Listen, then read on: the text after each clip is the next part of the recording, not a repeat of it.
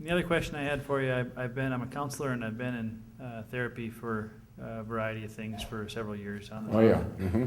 Sometimes I get a sense that what I'm doing is just improving the ego with therapy and counseling. What I'm doing is just making myself fancier, whatever. Well, it takes some sophistication to understand the context of the kind of therapy.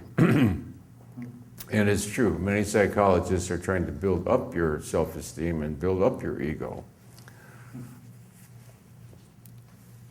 The narcissistic ego is different than, Freud's ego. Freud's ego was the capacity to integrate the superego and the id.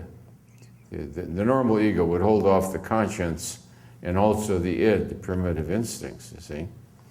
So that kind of psychology, they're interested in developing a stronger, what they mean, greater sense of reality. In the spiritual sense, the ego means really narcissism. It's a different ego than the psychological ego. The psychoanalyst who understood that was Harry Tiebout, T-I-E-B-O-U-T, Harry Tiebout, long dead. But Harry Tiebout understood the narcissistic ego. And the way he got to understand it is he treated Marty Mann, the first woman who ever got sober in AA, and he watched the transformation from a selfish, argumentative, angry woman to one who was extremely peaceful.